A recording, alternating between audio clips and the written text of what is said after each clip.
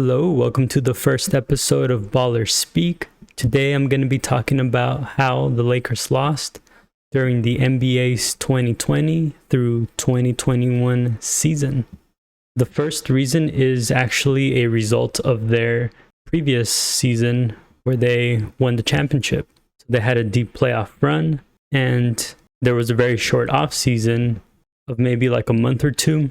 And so they played a lot of games in a short amount of time, which then resulted in a lot of injuries.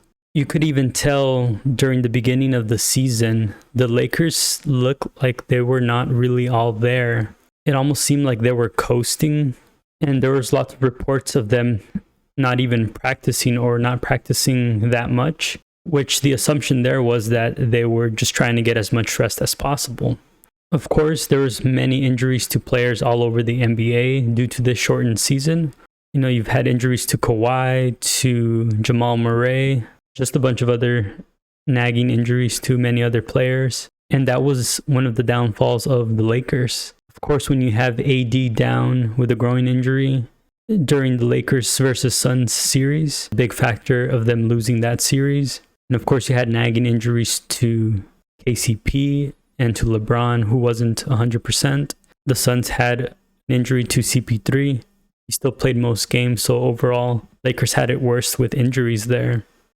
And then the second reason why they lost is that the free agents that they signed and the players that they got rid of from last year's team just didn't quite pay off.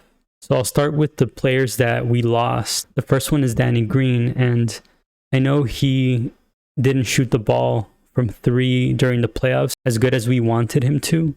He might have actually shot better than what we shot during the Suns, so we missed his shooting, but we also missed his defense. It was kind of weird seeing him last year in the playoffs because he wasn't shooting the ball that well, especially a lot of wide open threes, but he would miss a wide open three and then come back on defense and get like a block or this crazy steal or something like that. So it was hard to hate him that much during the playoffs. Danny Green would have shot the ball better than Schroder, than Alex Caruso, than KCP. Against the Suns, he would have actually been missed. And then the next player that we missed was Rajon Rondo. We missed his high IQ, his defense, his playmaking.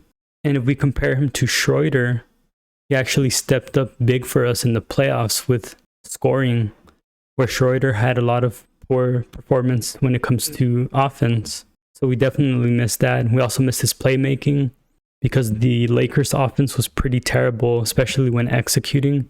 I felt like we forced a lot of shots. We didn't get a lot of wide open shots during the final game, Lakers versus Heat. Rajon Rondo scored like 19 points and was a big reason why we got up to such a big lead early on. So his contributions were definitely missed. And then we have Dwight Howard, who, if we compare him to Andre Drummond, Dwight was actually better for us at center last year in the playoffs. He was quick. He was able to guard a lot of the opponent's big men like Jokic, and he was able to catch the ball and score down low if we needed him to. Andre Drummond did have some few good games, but he just looked out of sync with the Lakers. And the other new addition that was somewhat of a replacement to Dwight Howard initially was Marc Gasol. Marc Gasol, he did a lot of good things for us. Of course, he has a high IQ. He's very good at passing. And in some ways, it sometimes felt like he was our best three-point shooting because he would just be making it rain from three. But on the defensive side, he was slow and he had trouble keeping up with faster centers, just faster anyone really. And so he ultimately became a liability.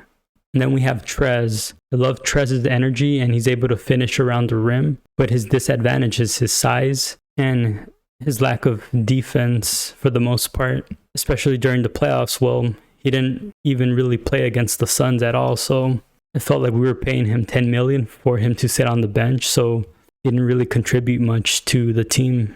Then we have Schroder, who he also had some great moments with us, especially when Anthony Davis and LeBron James were down with injuries. He really stepped up, especially against the Nets. He showed that he can be deadly if he was aggressive, and maybe he just plays better without LeBron and AD. And so ultimately, with these roster changes, they didn't pay out as much as we thought they would. I mean, when you think about it, when we signed Schroder and Trez, they were both competing for Sixth Man of the Year last year, and they were able to get buckets as well.